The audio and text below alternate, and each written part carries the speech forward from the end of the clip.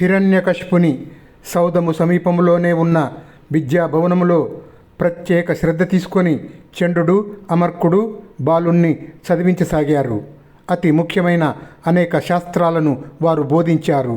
ప్రహ్లాదుడు విష్ణుదేవుని మీద భక్తితో అన్ని శాస్త్రాలను చదివి అర్థం చేసుకున్నాడు. అన్ని విద్యలను నేర్చుకున్నాడు. ఏ పగిది వారు చెప్పినన్ ఆ పగిదిన్ చదువును కాని అట్టు ఇట్టు అని ఆక్షేపింపడు. తాను అన్నియు రూపించిన మిథ్యలని నిరూఢమనీషన్. గురువులు చెప్పినవన్నీ శ్రద్ధగా విని అర్థం చేసుకున్నాడు. వారు ఏ విధంగా చెప్తే ప్రహ్లాదుడు ఆ విధంగానే చదివేవాడు. అంతేకాని అలా కాదు, ఇలా అని ఎప్పుడు గురువులకు ఎదురు చెప్పేవాడు కాదు. తనకు ఇష్టం లేనివి గురువులు బోధించిన ఈ విద్యలన్నీ అసత్యాలని, భ్రమలని తెలిసినా కూడా ఆక్షేపించేవాడే కాదు. వారు చెప్పినట్లు విని చదువుకున్నాడు. అంతన్ కొన్ని దినంబులు ఏగినన్ సురేంద్ర ఆరాతి శంకాన్విత స్వాంతుండై నిజనందనున్ గురువులు ఏజాడన్ పఠింపించిరో భ్రాంతుండు ఏమి పఠించనో పిలిచి సంభాషించి విద్యా పరిశ్రాంతిని చూచెదనుగాక నేడు అని మహాసౌధ అంతరాసీనుండై. ఇలా కొంతకాలం జరిగేసరికి హిరణ్యకశిపునికి అనుమానం వచ్చింది.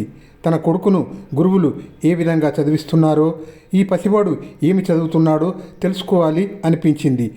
సరే, వాళ్ళని పిలిచి మాట్లాడి వీడు ఎంతవరకు చదివాడో చూడాలి అనుకున్నాడు మనస్సులో. ఆ సమయంలో హిరణ్యకశిపుడు తన దివ్య భవనంలో కూర్చొని ఉన్నాడు.